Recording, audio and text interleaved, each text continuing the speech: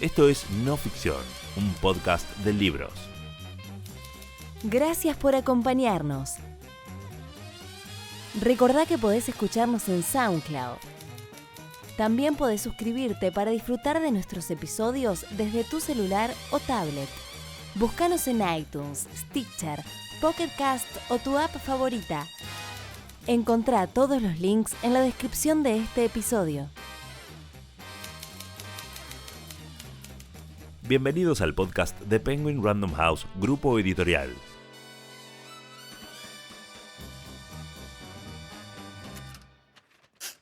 Hoy, Freud en su tiempo y en el nuestro. Un libro de Elizabeth Roudinesco, publicado por Editorial Debate. Viena, junio 1884. Querida Marta, sé que todo esto ha cambiado por fin, y este éxito que yo deseaba más que cualquier otra cosa, y cuya prolongada ausencia ha constituido mi mayor tristeza, me presta alientos ayudándome a encararme con los otros éxitos que aún anhelo. ¿Te acuerdas cómo nos peleábamos y de que nunca te rendías? Éramos dos personas que pensábamos de manera distinta en todas las facetas de la existencia. Dos personas decididas a quererse por encima de todo y que de hecho ya se amaban. Y luego, cuando sobrevino una época prolongada en que no surgieron diferencias entre nosotros, tuve que admitir, confrontando conmigo mismo, que antes, a pesar de ser mi amada, te mostrabas tan pocas veces de acuerdo conmigo que nadie hubiera podido deducir de tu conducta que te estabas preparando para compartir mi vida. Cariños, Sigmund. ¿Alguna vez imaginaste a Freud escribiendo una carta de amor? Durante años, Sigmund Freud intercambió una voluminosa correspondencia amorosa con Martha Bernays, con quien se casaría en 1886 y que en aquellos años vivía cerca de Hamburgo. Detrás del célebre Freud profesional abocado al estudio de la mente humana, existió un hombre con conflictos y temores. De la mano de Elizabeth Roudinesco, recorremos los días del creador del psicoanálisis. La autora nos muestra a Freud en su tiempo, en su familia, rodeado de sus colecciones, con sus mujeres, sus hijos, sus perros, enfrentando al pesimismo ante el auge de los extremismos. Pero también vemos a Freud en nuestro tiempo, alimentando nuestras preguntas con sus propias dudas, sus fracasos y sus pasiones. Roudinesco tiene un propósito claro: buscar humanizar a Freud, acercarnos al hombre que todavía no se había convertido en monumento, comprender su trayectoria, su vida y sus decisiones sin prejuicios y derribando mitos. I started my professional activity trying to bring relief to my neurotic patient. I discovered some important new facts about the unconscious. People did not believe in my facts and thought my theories unsavory. In the end, I succeeded, but the struggle is not yet over. Sigmund Freud. Esta es la voz de Sigmund Freud a los 81 años de edad. Un registro único realizado en 1938, donde compartía un balance de su trabajo y afirmaba: comencé mi actividad profesional intentando aliviar a los enfermos neuróticos. Descubrí datos muy importantes acerca del inconsciente. La gente no creía en mis teorías y pensaba que mis ideas eran infames. Al final triunfé, pero la lucha no ha terminado. Es la única grabación que se conoce de Freud, y en ella parece notar que el rechazo a muchas de sus ideas llegaría hasta el día de hoy.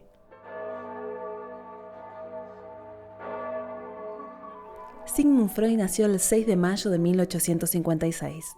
Integrante de una numerosa familia judía, fue un niño mimado por su madre Amalia, que lo prefería entre sus hijos. Educado de manera liberal, Freud tuvo una infancia feliz en una familia particular. Si bien sus 5 hermanas lo veneraban, también lo consideraban un tirano.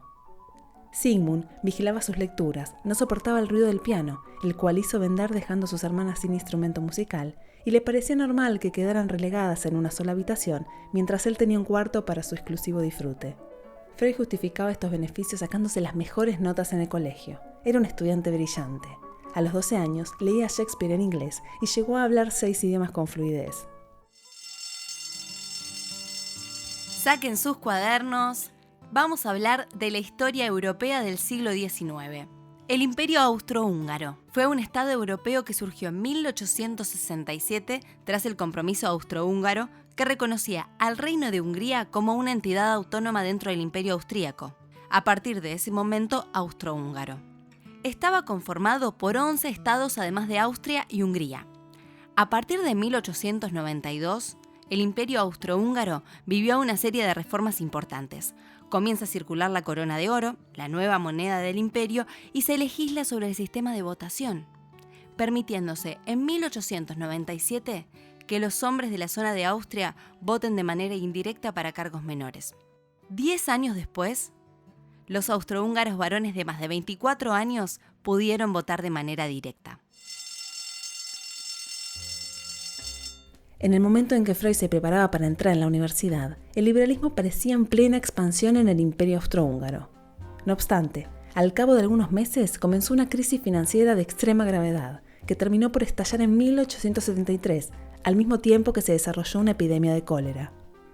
Arruinada por la crisis económica, la familia Freud no fue ajena a este escenario. Su origen judío fue un agravante porque el antisemitismo se hacía notar en aquel entonces. La religión ocupó un lugar fundamental en la vida del joven Sigmund. Por aquellos años, los judíos eran estigmatizados como originarios de una mala raza, la de los semitas. Hasta la Primera Guerra Mundial, el antisemitismo se difundió por toda Europa en numerosas variantes, y Sigmund percibió cada una de ellas.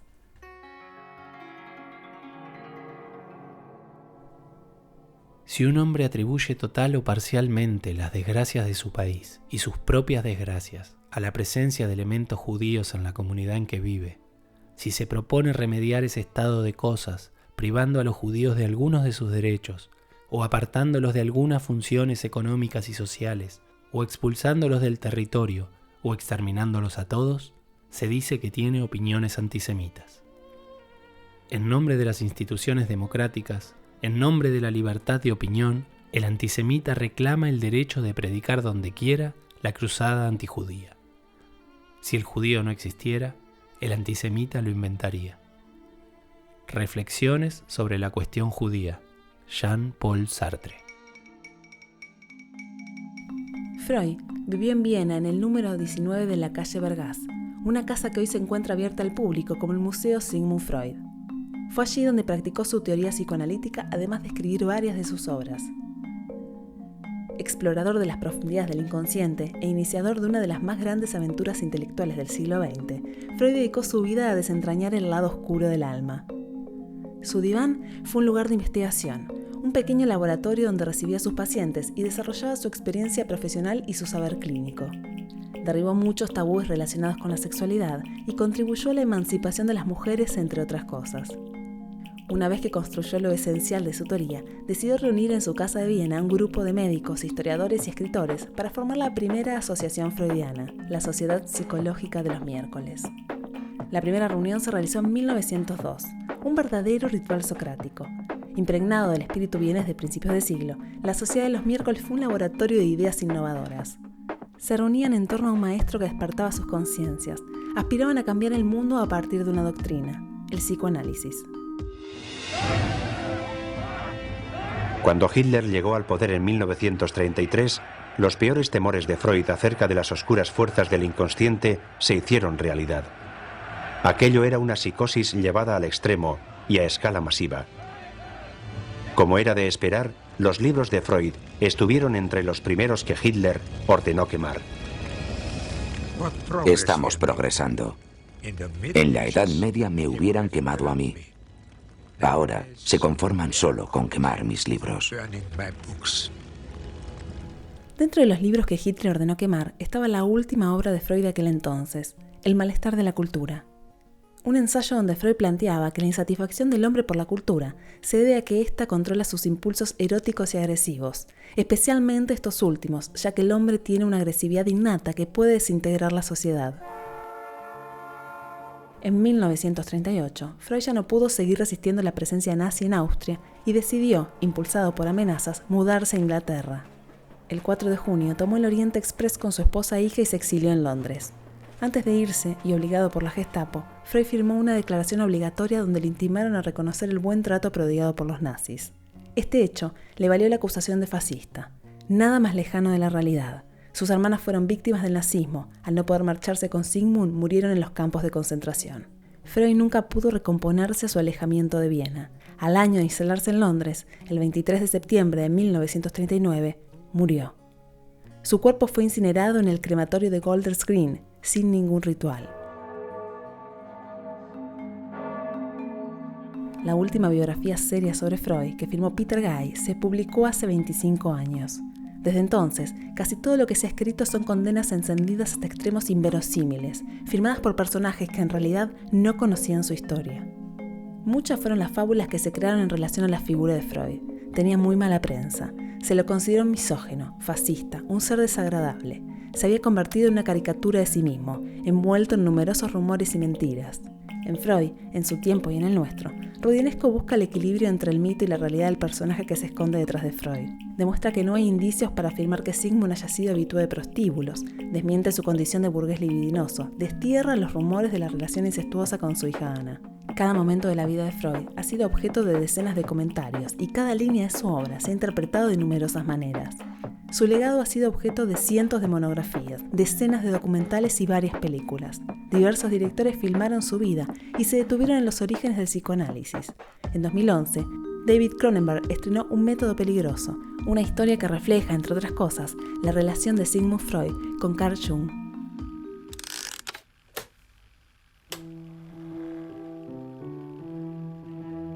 Sexo. Varón. Familia. Hijo. Divorcio. No. Profesor Freud, soy el Dr. Jung. Yo solo he abierto una puerta. Corresponde a los jóvenes como usted cruzar el umbral. Tal vez sea la adecuada para tu tratamiento experimental. Hábleme de la primera vez que recuerde que su padre la azotó. ¡Eso me excitó! ¿Cómo está su paciente rusa? Ha habido una notable mejoría. ¿Es virgen? Estoy casi seguro. Si se decide a tomar la iniciativa, vivo en ese edificio. ¿Por qué esforzarnos tanto por reprimir nuestros más básicos instintos naturales? Nunca reprima nada.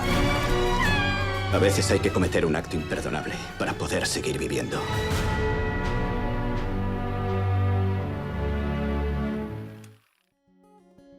Tras décadas de estudios sobre su vida y de condenas encendidas, ha sido complicado conocer realmente a Sigmund Freud. A partir de la apertura de los nuevos archivos a los investigadores y de su correspondencia, Rudinesco plantea los cimientos de Freud en su tiempo y en el nuestro. Se centra en el hombre del que queda mucho por decir. La autora nos reconcilia con un pensador moderno, pero conservador en lo que a política se refiere, que nunca dejó de actuar de modo contradictorio con su obra, siempre en nombre de la razón y de las luces. Elisabeth Rudinesco es historiadora y directora de investigación en la Universidad de París 7. Es autora de numerosos libros, entre los que se destacan Historia del psicoanálisis en Francia, Jacques Lacan y La familia en desorden. Discípula de Deleuze y Foucault, antigua integrante de la escuela freudiana que fundó Lacan y gran especialista de la historia del psicoanálisis, Rudinesco narra la vida de Freud como si fuera una palpitante novela ambientada en la Viena de la Belle Époque, avanzando hacia su exilio y muerte londinense en los albores de la Segunda Guerra Mundial. En Freud, en su tiempo y en el nuestro, se dedica a humanizar al padre del psicoanálisis, a derribar los mitos que giran en torno a una de las personalidades más relevantes del siglo XX. Hoy leímos Freud en su tiempo y en el nuestro, un libro de Elisabeth Rudinesco, publicado por Editorial Debate. Encontralo en todas las librerías o busca el ebook ahora mismo en megustaleer.com.ar. Recordá suscribirte a No Ficción en tu app de podcast favorita para escucharlo en tu teléfono o tablet. Una realización de Tristana Producciones para Penguin Random House Grupo Editorial.